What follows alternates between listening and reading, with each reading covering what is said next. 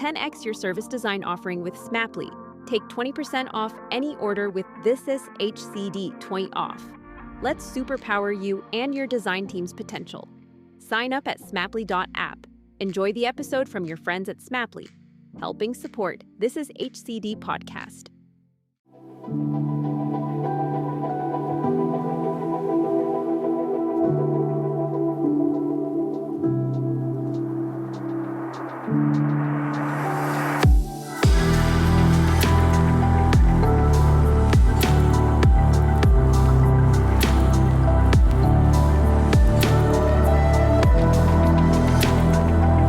Hello and welcome to another episode of Getting Started in Design. I'm your host, Gerry Scullion, a service designer and educator and founder of the This Is HCD network and CEO of thisisdoing.com.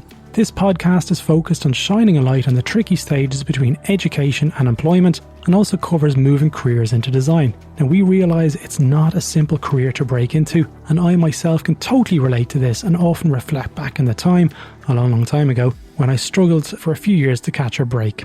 In this episode, I chat with Sindhu Bhat, a service design student from Bangalore in India, but now based in Ireland. And Sindhu contacted me recently to speak to her class about service design, and we instantly connected. I was inspired about their journey from film school in India that took her to IBM as an experienced designer, that this then led her to reevaluate and return to study, move across the world and study service design.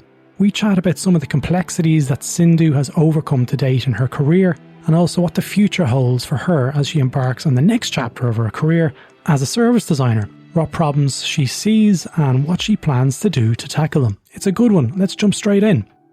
Sindhu, how are you? Hi, Gerry. I'm doing good. How are you? Well, I'm not doing too bad. I'm currently in my attic and it's 28 degrees here at the moment. We're recording in the middle of summer in Ireland and it's in the middle of a heat wave, and the Irish love to talk about, we'd love some good weather, and when we do have the good weather, we want to wish it away. I totally get that. I mean, I've been complaining about the cold weather in Ireland for so long. I'm starting to think I should have been careful what I wished for. I know. I don't think I can do the heat wave that really well. Yeah, it's funny, like we do want the good weather all the time, but I don't think our homes are well equipped to cater towards the, I'm going to say extreme heat. We're not in the 30s yet, but it's going to be in the 30s today, I think, in Dublin. You're probably a little bit used to this because, tell us a little bit where you originate from. And I know you're in Ireland now, but tell us a little bit more about yourself. Well, originally I am from Bangalore. It's the IT capital of India, and I've been born and brought up over there. And yes, so I studied 4 years of undergrad in fine arts over there. And then I moved on to National Institute of Design in Ahmedabad, where I did my animation film design for 2 years. And yes, I worked in IBM after that for 3 years. And that's where I figured out that I don't want to do that kind of work anymore. So now I'm in Ireland. I'm studying Masters in Service Design here. Okay, very good. Very good. Tell us a little bit more around the film degree that you did, because I know Andy Pillane, who used to have a podcast on This Is HCD, he's an ex-film graduate. So tell us a little bit more around that degree and what you learned from it. So National Institute of Design is a pretty premium design school in India. So getting into it was really difficult. Mm-hmm. And honestly speaking, I just got into it because I wanted to study in the university there. So animation film design, it did not hold that. It was not as close to my heart as the other subjects over there. But I fell in love with it when I got into the subject and I started studying it. And we learned, so our first year was all about learning the film language. And after we got really good at that, they started teaching us about different things about animation, locomotion, etc. So it was fabulous. Those 2 years were amazing. What did it do to your mind as regards the process of thinking? So all of us were very bad at storytelling when we joined, and all my classmates were from different streams of education. So we had engineers doing their masters in animation film design, and that was, fresh breath of air. And so we had a very good mix of people who were really good at technical skills, and I was good at drawing. So we kind of put together both the things. It kind of taught me how to merge two kinds of skill sets and come up with something new. And team collaboration, I think that was one of the main things that I learned in NID. And people come from different facets of the country, and India is ginormous when it comes to cultural differences. And we have so many different kinds of people. And National Institute of Design being a national college, people from different parts of the world used to come and study over there. And I got to meet different kinds of people. Yeah, I know I'm saying different a lot because that was how it was. Yeah, so I think NID and the course, both together, they helped me grow as a person. They broadened my perspective. I felt that I was a frog in a well till I joined there. And when I went over there, I was like, poof, my mind just exploded. And I had to learn so many different things in 2 years. So it was brilliant. I came out a different person. Yeah. Yeah, absolutely. The storytelling piece, how did you carry that forward into your role at IBM? Or maybe tell us a little bit more about what you were doing at IBM when you finished your degree. Oh, yes. So storytelling, when I was studying in NID, it was very different kind. We had to either tell our stories. They mostly encouraged us to speak about the stories that matter to us and create animation films out of it, short films out of it. So when I came to IBM, it was a different ball game altogether. The storytelling there is very different. You need to be able to convince the clients with your storytelling that what idea, what concepts you have are going to work for them. So that was something different I had to learn. And I had to completely modify my storytelling methodology, becoming, a sales pitch of sorts. But I was part of only a few sales pitch as a UI designer. I had very little to do with interacting with clients in the first 2 years of IBM. Only once I became a senior designer did they expose me to the clients. Till then, I was hidden and mostly working in the background. So yeah, I had 2 years to hone my storytelling skills as a salesperson in IBM. Yeah. I was mostly doing the grunt work. Yeah. Yeah. In the background doing all the work. Yeah, doing all the work. That's what I like to say. Look, when you finished your degree, I guess that there's two parts of areas that I'd like to chat a little bit more around. And in the podcast, Getting Started in Design, we tend to chat to people who are either doing a career change or who are looking to break into the design industry, both of which are challenging in their own. But when you finished, I guess the first part is I want to chat a bit more around when you finished your degree and you want to try and get that job at IBM. So we'll chat a little bit more around that. And then also now what you're doing at the moment, the challenges that face you, you are kind of taking it, you're going to be breaking into a new area of design and the challenges that you're going to be facing in the next 12 months, hopefully. So let's go back to the first question and we'll talk a little bit more around when you finished your degree in film. What was the process like when you exited in India? How did the IBM opportunity present itself? Oh, God. That's a long story, but I'm going to keep it quiet. Yeah. Good way to start a conversation. Oh, God. I'm going to try to keep it short because the first 8 months was a huge struggle for me. Yeah. Because my area was animation film design, and the kind of jobs we get is either filmmaking or motion graphics design. And I got a job right out of school in Cognizant. Am I allowed to take names? Am I allowed to take those names? Is that copy? Oh, yeah, absolutely. Yeah. Okay, so I got a job in Cognizant as a motion graphics designer, but at that time there was a little mess happening in the US politics, people coming in, going out, the government change happening, so new rules were setting in. I think I can hold Trump responsible for this. So Cognizant had to put all of us on hold before they got us into the company. And for the first 6 months, we were just sitting at home doing nothing. And that was a bit of a struggle. And it was the most stressful time of my life because I studied in NID on a loan, on an education loan. And my loan was piling up. So it was extremely stressful for me. Yes. So finally, through a couple of friends and people who I knew at IBM, I got the job there. I applied to IBM. There was a design test.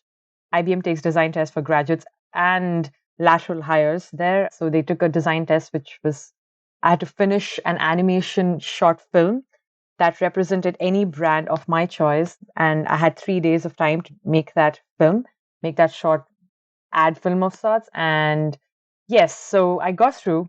They liked my work and I got through and I got an interview. Thankfully, I got through my interview as well. The two people who were interviewing me were really kind. They knew I was extremely nervous, so they were very, very sweet and supporting. And yeah, that was how I got into IBM. Okay. Did you have to do a portfolio?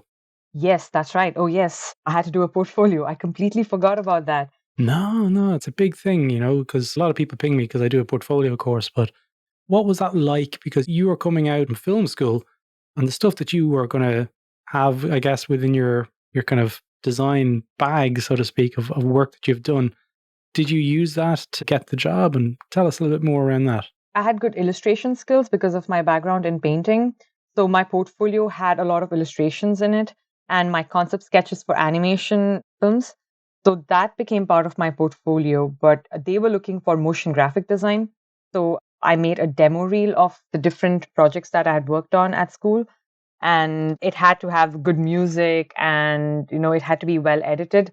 Thankfully, they had taught us how to edit, so it was good there. And I made a demo reel of mine, and then I showed it. I was sending it out to different companies and seeing who would respond to me. So that is mostly our portfolio as animation film designers. And from my school, we have our demo reels, we have a resume, and the resume back then I did not know about it. But apparently, in resumes, you need to customize it according to the company you're applying for.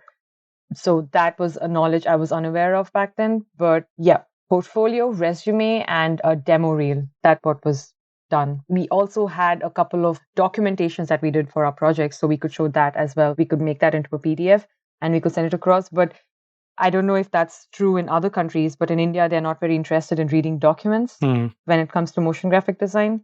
So that was just a backup thing we had. Okay. So what was the role at IBM that you managed to get? You mentioned UI.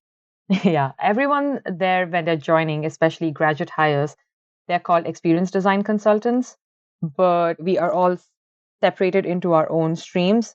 I started off as a motion graphic designer there. What I had to do was every project that's been successful and that's running successfully within IBM, I needed to go to that team. I had to record footage, I had to record their experience shooting the different project managers, the different teammates in that project, and getting information out of them, putting it together, editing, stitching things together, making a story out of it, and then giving it back. And it also had to have fancy motion graphics with things popping and moving and everything. So it needed to look hip and happening.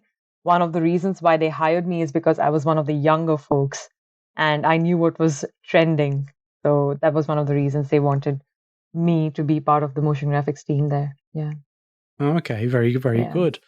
So you mentioned there was an 8-month period, 8-month period of when you finished your degree to getting that job. And you said it was very stressful. What did that look like? Did you stay within the place where you were studying or did you have to go home? Because that whole kind of period it seems to be very common when people finish degrees and finish their masters and stuff. They almost need to go back and kind of do some retrospection and do some planning. And tell me a little bit more around that one. Well, yes, I went back to Bangalore. I was studying in Ahmedabad in Gujarat, and I had to go back to Bangalore because I was running out of money. My parents could have supported me, but I'd already taken too much from them, did not want to burden them more.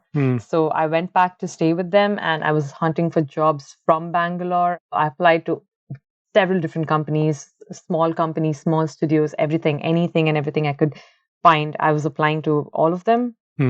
I was asked to come for some interviews as well, but most of them, they said that, so NID is a big deal in India. So they said that they wouldn't be able to afford me. And I was mostly overqualified and unemployed. Most companies, they rejected me because they wouldn't be able to pay me what I deserved. And so they were impressed with my work, but they wouldn't have been able to pay me for it. So 8 months of job hunting and disappointments, and it was not great. Yeah. I did not know back then, but maybe I was slightly depressed as well. Now that depression is everyone is aware of what depression is. That time I wasn't very aware. So now when I think back, I feel that maybe I went through a little bit of depression that time.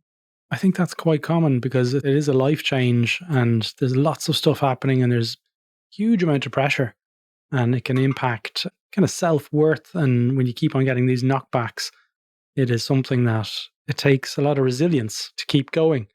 And the bit that I really found whenever I was in that position many, many years ago was almost like you'd built a really good rapport and a relationship with your university.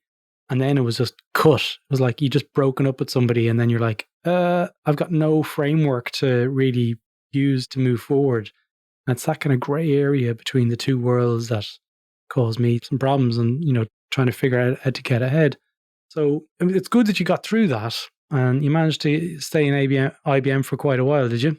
Yes, thankfully I was able to stay there for 3 years. They didn't kick me out. I'm thinking that is because I was good at my job and they were okay with what I was doing for them. But yeah, I kind of got bored with the kind of work I was doing the first year. So we have 6 months of probation in IBM for graduate hires. So those 6 months I had to work my ass off and I had to show them that I deserve to be there. And I thought that those 6 months of finishing the probation period would be enough and afterwards my life would be easy. That was not how it was. I had to work harder after that for the next 1 year. So 1.5 year it took me 1.5 year to build a reputation over there that I'm a reliable designer and I could carry projects on my shoulders. So I also had to upskill because motion graphic design can only take you so far. The learning curve is quite short in corporate companies when you're a motion graphic designer. But if I had to upskill to becoming a UI designer, a visual designer, and that helped me get better projects, the projects that I wanted to be a part of. So yeah, I upskilled. The second year was all about upskilling and learning the new. I shadowed my colleagues. I have to say this, the design team in IBM, especially the one in Bangalore, they are an amazing bunch of people. The they were brilliant. They were so supportive. I learned so much from them. And I would say that's a source of all my graphic design knowledge. I was a very bad graphic designer before IBM. You were kind of thrown into that kind of world and you kind of had to sink or swim, so to speak. Is that fair to say? That's exactly what happened. That's a tough, you've come through 8 months of kind of tough period of time. And then all of a sudden you find yourself, you got what you want. And then you're like, oh, it's another challenge that you have to get yourself over, kind of relearning and learning. So how did you find that period of kind of, you've been hired for something that you actually didn't really study and you have to actually produce? Actually, I really liked that challenge when I went in there and I saw the kind of UI work and UX work my colleagues were doing. It was what I felt would be a better match for me than motion graphics design. So upskilling, I took up a lot of online courses. My Instagram is full of UI handles. If anyone goes through my Instagram, scrolls through my Instagram, you'll only see UI advices and tips on that. So any and every kind of platform that exists to learn UI and UX design, I have explored all of them to upskill myself because I had to be able to justify my decisions, my design decisions to the clients, to my peers, to my teammates, if I had a design decision to make. So it was very important and I needed to know everything about what I was doing. And yeah, it was challenging, but a challenge that I liked, unlike job hunting. That's not a challenge I like. Yeah. You managed to get over those hurdles pretty easily. Like I know it was an 8-month period and you had to do a year and a half within IBM. What are the learnings you took away from that into the challenge that you're about to face, which is exiting now with an MA in service design? Well, what are the learnings that you can take forward to that problem? Well, I have understood that there are a lot of differences in the kind of job hunting we have to do in India and the kind I'll have to do in Dublin. So here I feel that I can actually follow the kind of job or go for the kind of job I've always wanted to do. Unlike those days when I just needed a job because I had a loan to pay off and I was very desperate. I'm thinking that now I have more options open for me here and I've already started job hunting. I have already applied to a couple of companies and stuff. And now I'm going for a job that will suit me and suit the kind of work I want to do more than running behind the money. So, and there I had to definitely run behind the money and IBM did that for me. IBM paid me good amount and that was very useful at that time. Yeah, no, absolutely. As regards the work that you've done in your, I say previous career, because you've kind of getting started in design, you've already done that. You're in the design industry, but now you're moving into another area of design. What are the challenges that are faced for you at the moment in producing and providing a sort of a narrative to that shift? Well, it is true that it's a different aspect of design that I am in right now. Before, it was all about whatever design work I did was mostly for clients. It was very client-based design. And now I'm the kind of design I'm pursuing right now, the service design, the entire program, that is applicable to any industry and any design problem. So the challenge that I'll be probably facing right now is how shall I put this? So before in UI and UX design, you actually have a direction, that one direction that's kind of like, it's a set direction. You need to do this, this, and this, these many steps, and boom, you'll just reach the goal. But here, it's all about design research. And my work begins, it's right from the beginning. I don't do it halfway through. So I do not yet, the toughest part about service design is the research bit where you have to find the right problem. So that is, I feel, is a challenge for me now. Even if I go ahead and when I join a company or when I start working, I think the problem will be for me is finding the right kind of problem in companies and designing for that. And even more challenging would be convincing the company that this is the right problem and see if I can push them a little, push the boundaries a little bit, and, kind of show that I am a reliable designer. Again, I think the biggest challenge for me all the time is to prove to the world that I am a good designer. And every project, I have to prove to them that I'm a good designer. That's what I faced those 3 years. And I think I'll face that the next many number of years as well. It's never going to stop. Absolutely. Where are you at now with the portfolio? Is that something that's in the short or the medium term for you?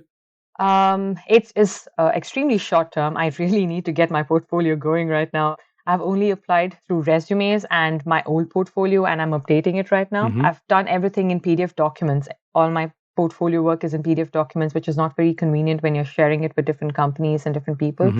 So I'm trying to put that on a website and make it more accessible to people. So that's my goal. I need to finish it within this month or maybe next month, and I have to start applying to my dream companies. Yes. Okay. So as regards the work that you're going to put in that, is it mostly the work from the MA or is it going to be a blend of both? Because that's one of the questions that I get asked quite a lot.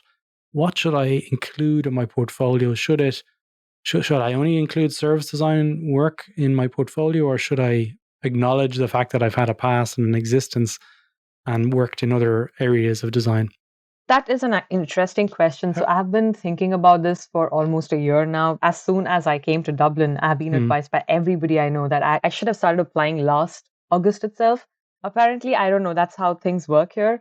So I've been scared a lot this past 1 year because I have nothing ready. And when I have been mulling over this entire thing on what to include in my portfolio, because I have history of skill sets. And so what I've decided to do right now is I want to be taken seriously as a service designer. So I think 70% of my portfolio will be about my projects that I've done in school, in NCAD. And I think I'll bring the focus to that. But I also want the people who want to hire me, the companies, to know that I have multiple skill sets. So I will be including a couple of my work from before, the UI UX work that I've done before. And I'll be including some graphic design work as well as illustration. I'm planning on making a few tabs in my website and trying to see. So service design will be the main one, and the companies can sift through my website and see that I have other skill sets as well, and I have filmmaking knowledge. Yeah, I think that is fantastic, because the advice I always give people is you're a three-dimensional being, and you don't just have one skill set in service design. Explore and show and demonstrate that you've got multiple skills. It'll only serve you well, and it's something that more and more people should do, and include bits that sort of showcase your personality, because you can see here that you can definitely talk about design. There's something there that sort of triggers you to get going and starting. Try and figure out ways to sort of visualize that and capture it. I'm sure you as a filmmaker, you could probably do something really cool in that space to really help kind of present yourself in the best possible way. Just going back to the point there, you said you didn't realize people were applying for jobs and that's the way it is here. I didn't know that either. So go for jobs when you're ready and you've got things lined up. I always say to people, go out and have conversations, start to network, start to get involved with the community and build a network of people that you want to try and work with and for. That's the best way of doing this. And it sounds like you're right at that point. So what are the bits that your course is helping you with at the moment as regards getting ready for the next challenge? Because, like, to be honest, like, it's important to finish your MA and stuff. You won't look back at it in 6 months when you're in a job and kind of go, it's not that important. At the end of the day, when you get out there and you start working, it's going to be left behind, and you start working in real projects and you start replacing those in your portfolio. What is the college doing to help you get ahead? I wouldn't say that NCAD helps actively in finding jobs. It's mostly they just give us the opportunities, but we have to work hard to get to that point ourselves. So our tutors here, we call them tutors. So our tutors in NCAD, they are very, very helpful and supportive. So they've all been pushing us to apply only when we are ready, as you said. But I never feel ready, so I don't know when I'm going to start applying. I always feel that I have more to learn and I don't know enough. And there's this huge imposter syndrome I keep getting every now and then, and I'm fighting that all the time. Yeah. So how I think NCAD has helped me when I enter the industry, what's going to help me from NCAD is my presentation skills.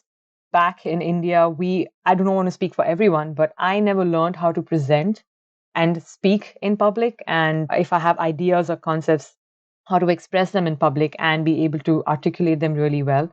Articulation is still a work in progress for me. What I've learned here is right off the bat, my first project, I had to present it to my class. I think that was the scariest experience ever. I don't even think a horror movie can beat that. Talking to my classmates about a project that someone else has done.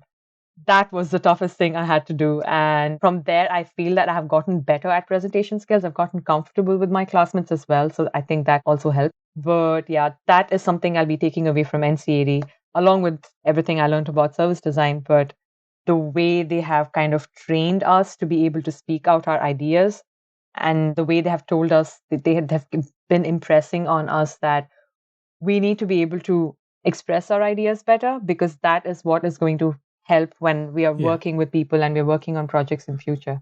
If we cannot express, that won't, no matter how brilliant our ideas are, they won't go a long way. Well, look, Sindhu, it was great chatting with you today. If people want to reach out to you and connect with you, how might they do that? Well, I'm on LinkedIn, and they can ping me in my LinkedIn channel. But yeah, my website is still in process. I mean, I don't know when it'll be ready, but yeah, they can, once my website is ready, I think they can find me there as well. Okay. Maybe we'll put a link to your website in the show notes, even though it's not ready, and hopefully people can click and you might have something up there. I always say to people, don't think of it as a big beast of a project to get your first portfolio up there online. Just think of the bare bones to get started. And once you do that, you'll find the motivation to continue. And it's something that we cover off in the Building Your Design Portfolio course that we run, and this is doing. So it's something that I really believe you're probably very close to it. It's just about getting the right amount of time and the right amount of focus to get to that point. Thank you. Thank you, Gerry. That is great advice. I'll keep that in mind. Have a great one, Sindhu. Thanks for your time. Thank you. Thank you for having me. Bye. So there you have it. That's all for this episode. If you like this episode, feel free to visit thisishcd.com, where you can access our back catalogue of over 100 episodes, with episodes related to service design, product management, design research, and much, much more. Now, if you're interested in design and innovation training, feel free to check out our business, thisisdoing.com, where you can join online classrooms and learn from the world's best design and innovation leaders. Join the This Is HCD newsletter, where you'll receive updates from the network, and also, if you're interested, apply to join the Slack community on thisishcd.com. Stay safe, and until next time, take care.